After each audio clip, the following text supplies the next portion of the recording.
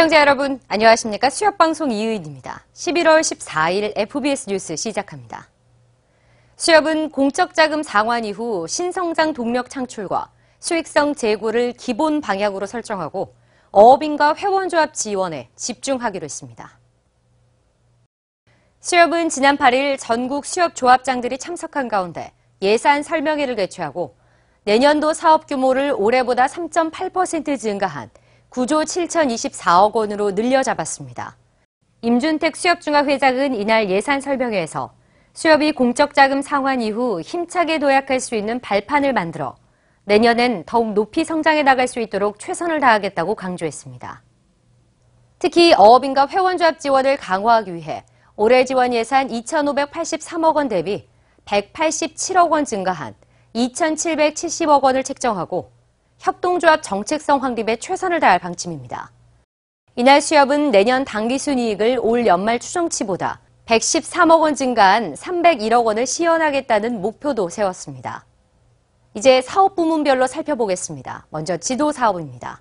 지도사업은 회원조합 자립 경영과 균형 있는 발전을 위한 지원을 비롯해 어업인, 회원조합 간 소통을 바탕으로 정부 정책에 대한 대응 체계를 강화키로 했습니다.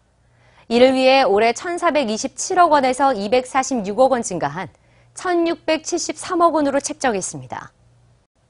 이어서 상호금융사업입니다. 상호금융사업은 스마트 금융 강화 등 수익원 다변화 및 질적 성장 추진에 역점을 두고 상호금융 인지도를 강화하기 위한 대고객 마케팅을 강화키로 했습니다. 이에 따라 예산은 6조 8,400억 원보다 2,325억 원이 늘어난 7조 725억 원 규모입니다. 다음은 공제사업입니다. 수익성 중심의 영업 환경 속에서 상품의 경쟁력과 고객 지원을 강화하고 마케팅을 통한 고객의 기반을 확대해 나갈 계획인데요. 공제료 규모는 8천억 원입니다. 이어서 경제사업입니다. 판매 채널을 다변화하고 신성장 동력을 확보하기 위한 사업을 펼칠 계획입니다. 트렌드를 반영한 고부가가치 신상품을 개발해 소비자의 만족도를 높일 방침입니다. 경제사업 예산은 1조 6,626억 원으로 올해보다 1,235억 원이 늘어났습니다. 이번에 마련된 2023년도 사업계획 및 예산안은 지난 10일 제10차 이사회를 통과해 오는 24일 제3차 임시총회를 거쳐 최종 확정될 계획입니다. 정부의 전기요금 인상과 CPTPP 가입 등에 반발한 제주 어업인들이 생존권 사수를 위해 거리로 나섰습니다. 제주어류양식수협 등 제주 지역 7개 회원조합 어업인들은 지난 9일 제주도청 앞에서 한전의 불공정한 농사용 전기요금 인상 철회 요구 결의 대회를 개최했습니다. 집회 참가 어업인들은 유가 폭등과 농어업용 전기료 폭등으로 양식어업인들은 어민의 삶을 포기해야 하는 상황이라면서 생존권 보장을 요구했습니다. 한편 수협중앙회도 지난 2일 본부에서 전국 회원조합 상무들이 참석한 가운데 농사용 전기요금 인상 관련한 대책회의를 열었습니다. 수협은 전기료 인상에 대한 피해 현황 조사와 어업인의 의견을 반영한 건의서를 관계기관에 제출하는 등 어업인에게 피해가 발생하지 않도록 철저히 대응해 나갈 계획입니다. 제주 어업인들은 금어기, 금지체장의 이중적인 수산 규제로 조업에 어려움을 겪고 있다며 규제 개선이 필요하다는 목소리를 냈습니다. 지난 8일 개최된 제주권역 수산자원 정책혁신 현장 발굴단 토론회에서 어업인들은 금지체장과 금어기의 이중 적용으로 조업에 어려움을 겪고 있다고 토로했습니다. 이에 어업인들은 갈치나 소라 등의 금지체장과 금어기 규제를 완화해 줄 것과 TAC 제도에서 당해년도 할당량을 소진하지 못할 경우 미소진량을 다음해로 2월에 달라고 요구했습니다. 우리 어업인들의 어떤 그 생산 활동 어려움을 정책 관리에서 이렇게 도움을 줄 부분들이 있는지에 대해서 오늘 의견 청취를 많이 하였습니다. 수협은 앞으로 이어질 전남권과 강원, 경북권 토론회를 통해 의견을 추가로 수렴한 뒤 현장 발굴단에서 나온 의견을 모아 최종 개선 방안을 발표할 예정입니다.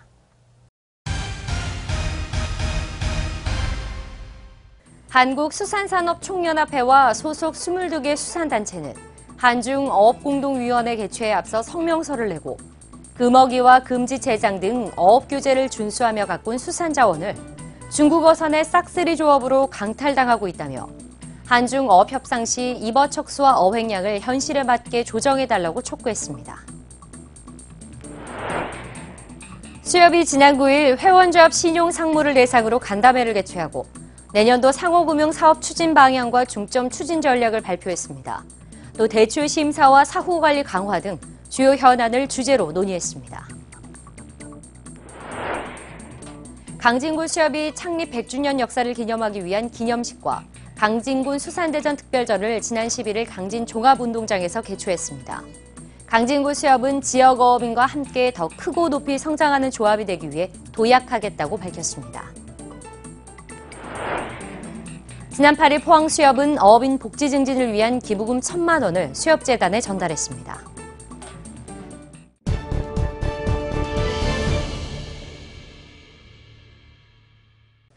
지난 2일 고흥군 수협이 중앙에 10억 원을 출자한 데 이어 포항수협도 지난 8일 10억 원을 출자함에 따라 중앙의 출자금 총액은 1,829억 원에 이릅니다.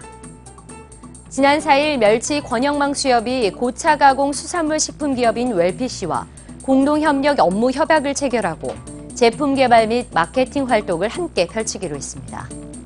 군산시 수협은 국립군산대학교 해양과학대학 소속 12명의 장학생들에게 총 2,400만 원의 장학금을 전달했습니다.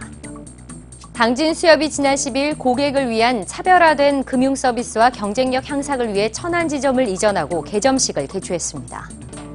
수협은행은 지난 8일 ESG 각 분야별 지속가능 경영 성과와 향후 추진 계획 등을 담은 2022년 SH 수협은행 지속가능 경영보고서를 발간했습니다.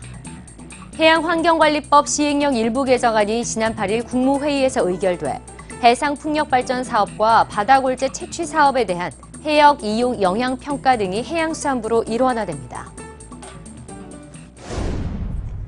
한 주간 드실 식재료를 주말에 인터넷으로 미리 구매하시는 분들 꽤 있으실 텐데요. 수협 쇼핑에서는 위크엔드 쿠폰을 발행해 주말에 10% 더 할인해드립니다. 최소 2만 원 이상 구매하실 때 최대 5천 원까지 할인받으실 수 있는 위크엔드 쿠폰. 딱 48시간 동안 할인받으실 수 있으니까요. 주말에 장 보실 때 절대 잊지 마세요.